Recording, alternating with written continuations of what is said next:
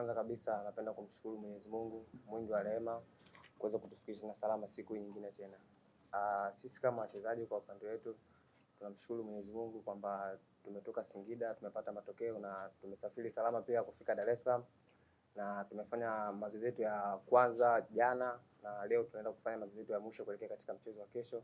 Kwa sisi kama wachezaji tunaujua umuhimu wa mechi ya kesho, ni tunacheza na Simba ambao ni timu kubwa.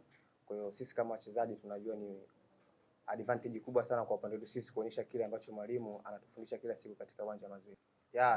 Kwamba michezo miwili ya tulikutana nao nyuma tulikuwa vizuri pia, na tunaamini pia kupitia mchezo wa kesho tutafanya vizuri, kwa sababu mwalimu katika michezo ambayo mingine imepita, mwalimu alishaona kwamba tumeteleza sehemu gani na tumefanya vizuri sehemu gani, na tumerekebisha katika kila idara ambayo wenyewe walimu wanaona.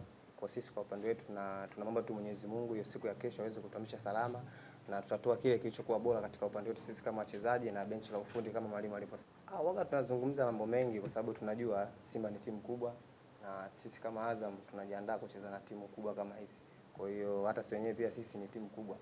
Kwa hiyo sisi kama wachezaji tupo tayari kucheza mechi kama hizi, kwa sababu mechi kama hizi bwana, ndo hata sisi wachezaji pia tunakuwa tunafurahi kuzicheza.